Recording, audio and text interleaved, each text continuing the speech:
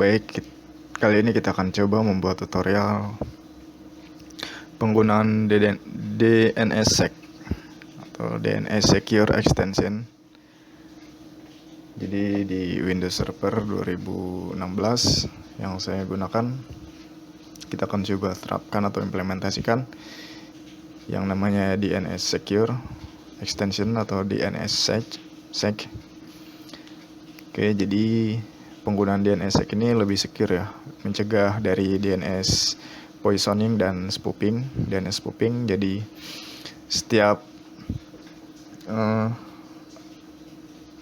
DNS atau data yang dari request itu akan divalidasi oleh DNS Secure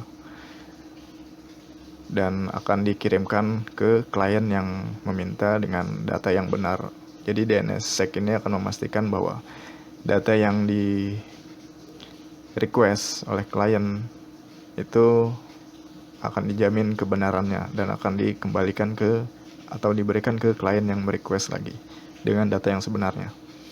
Jadi ini akan menghindari DNS spoofing atau poisoning, jadi DNS pemalsuan gitu.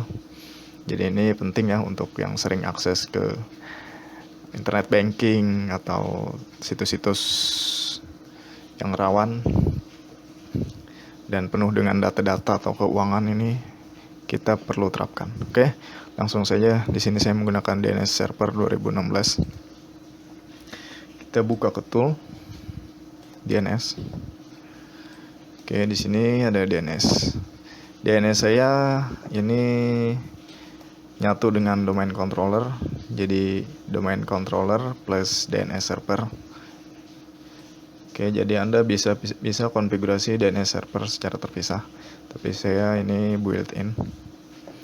Oke, kemudian kita expand port forward lookup John. Kemudian domain saya ini technook.id. Oke, kemudian pada nama domain klik kanan. Kemudian di sini ada opsi DNSSEC. Kemudian sign di zone. Oke, jadi DNSSEC ini secure untuk dari internal ke eksternal. Jadi Anda mungkin bisa terapkan dua lapis ya DNS security ini. Bisa di router dan juga untuk di domain controller, ini untuk internal. Dan untuk di router mungkin seperti MikroTik bisa pakai DNS over HTTPS. Oke, kemudian next. Nah, kemudian pilih custom zone signing parameter. Atau Anda juga bisa memilih use default setting. Ini settingan default yang sudah diterapkan oleh Windows Server untuk DNSSEC. Jadi sudah satu set parameter sudah di setting otomatis. Jadi ini adalah default setting. Oke, saya pilih yang customize zone. Oke, next. Kemudian saya pilih yang di DNS server ini sebagai master key-nya. Oke, next. Ini adalah hostname DNS server saya, domain controller DC 2016. Oke, next. Kemudian next. Oke, di sini klik add. Oke, perhatikan di sini ada GUID, group user ID, kemudian generate. Saya pilih di sini generate new signing key. Oke, yang lainnya leave default, biarkan default. Oke, next. Oke, next. Dan next. Nah, di sini klik add. Oke, ini default, by default sudah recommended. Oke, klik OK. Next. Gunakan use and sec 3. Oke, next. Dan jangan lupa ini di checklist. Karena saya menggunakan DNS dan domain controller di satu server Windows ya. Jika Anda menggunakan DNS server terpisah, ini nggak dicentang juga nggak masalah. Dicentang juga nggak masalah. Oke. Jadi ini rekomendasi buat yang DNS dan domain controller di satu server. Oke, next. Oke, kemudian next. Next. The zone has been successful signed. klik finish to close wizard. Oke, finish. Oke, kemudian kita bisa refresh. Nah, di sini akan ada tanda gembok, artinya konfigurasi DNSSEC sudah diterapkan. Kemudian kita akan melihat di sini ada directory trust point, kita expand dan pastikan ini adalah domainnya, dan pastikan di sini statusnya valid. Oke, di sini ada dua parent folder DNSK yang disimpan dan pastikan statusnya valid. Oke, kemudian kita akan sedikit konfigurasi untuk DNS socket pool. Buka Windows PowerShell. Oke, kita akan tambahkan security DNSSEC-nya agar protection-nya agar lebih tinggi. Jadi misal get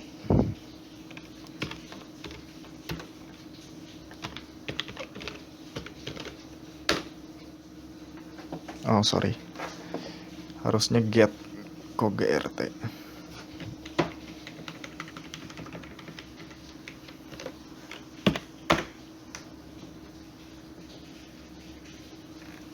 Nah, di sini perlu dilihat karena kita akan mengkonfigurasi DNS socket pool. Default-nya adalah 2500 yang diterapkan oleh Microsoft Windows Server. Nah, ini adalah tingkat protection pada DNS security, dan default-nya ada 2500 dan rank-nya adalah dari 0 sampai 10.000 untuk socket full size-nya. Oke, kita akan coba tambahkan, tingkatkan sedikit. Misal di sini saya akan konfigurasi ke misal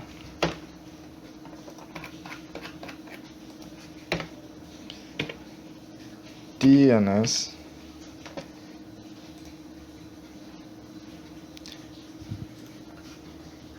cmd/config/socket full size. Oke, nah di sini Anda tentukan nilai untuk socket DNS socket poolnya. Default tadi 2500. Oke, jadi di sini saya misal contoh akan saya konfigurasi ke 3000. Oke, klik enter. Nah, command successful. Nah, jangan lupa untuk merestart DNS service-nya. Kemudian kita akan cek kembali net stop DNS.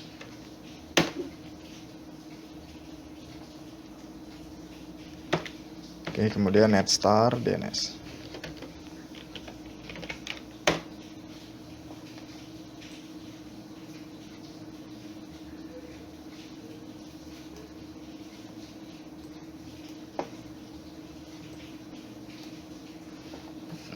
Oke, kemudian kita cek lagi dengan perintah get DNS server.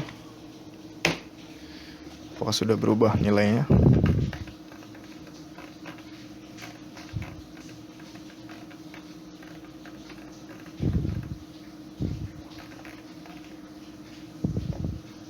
Nah, di sini sudah berubah. Jadi untuk socket full size ini semakin tinggi nilainya, semakin tinggi juga protection DNS security-nya ya. Oke, di sini saya contoh setting 3000. Oke, kemudian selanjutnya mungkin kita akan coba konfigurasi untuk DNS cache looking. Oke, kita set DNS server cache, set DNS server cache. cacu. Set DNS server cache.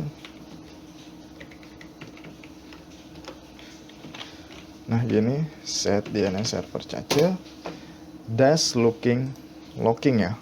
Dash locking persen, di sini adalah persen, nilainya adalah persentase. Defaultnya adalah 100%. Oke. Locking cache. Nah, di sini kita tentukan persentase nilainya. Locking persen. Nah, misal di sini saya setting ke 70. Oke, jadi kita coba cek pada DNS Manager. Oke, kita coba refresh dulu. Kita ke forward lookup John technic.id. Nah, jadi di sini akan banyak bermunculan ya. Customize description bar. Oke. Jadi di sini akan banyak bermunculan. Nah, ini dia signing key-nya untuk validasi DNS security. Oke, dan jangan lupa kita sedikit konfigurasi pada name resolution policy-nya. Ada di grup policy management. Oke.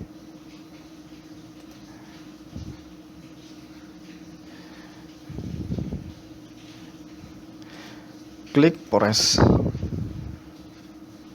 domain technux.id atau domain Anda. Kemudian expand domain controller, atau Anda juga bisa klik pada default domain policy, klik kanan, kemudian edit.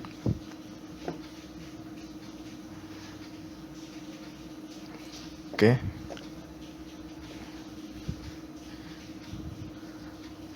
Kemudian expand policy. Di bawah komputer konfigurasi.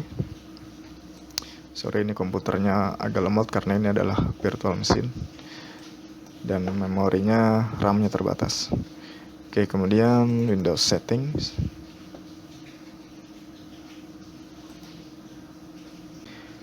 Oke, Windows setting, kemudian klik name resolution policy.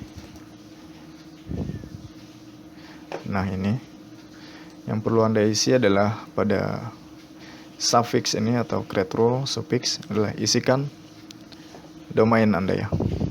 Di sini saya domainnya adalah technux.id. Maka isikan di sini technux.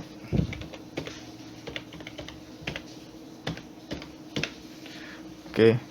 Kemudian untuk opsi DNSSEC ini saya enable. Ini pun saya enable. Ini jadi untuk cek ya. Di sini ada keterangannya require DNS client untuk cek nama dan address data address yang sudah divalidasi oleh DNS server. Oke. Klik apply.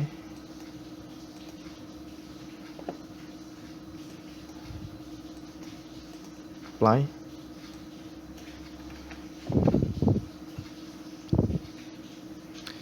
Oh, sorry. Ketik technux.id. Kemudian enable. Kita perbesar. Kemudian klik create.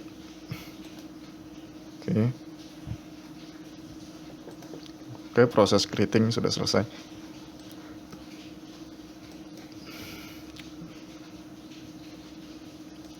Sorry, apply ini adalah bagian dari kolom name resolution policy table. Nah, ini dia. Sudah kita tambahkan. Oke, kita kembali ke ini, close saja. Ini kita close. Kita kembali ke PowerShell, kita coba restart DNS service-nya. Net stop DNS. Oke, net start DNS.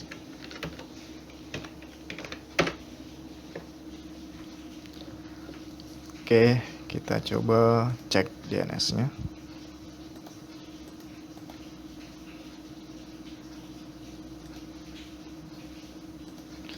Oke, ini dia. Nah, untuk tes kita coba dengan menggunakan klien Windows 7. Oke, untuk konfigurasi DNSSEC pada Windows Server atau domain controller sudah selesai. Sekarang kita coba instalasi pada sisi klien. Saya akan instalasi Google Chrome. Apakah internetnya berjalan dan dapat browsing.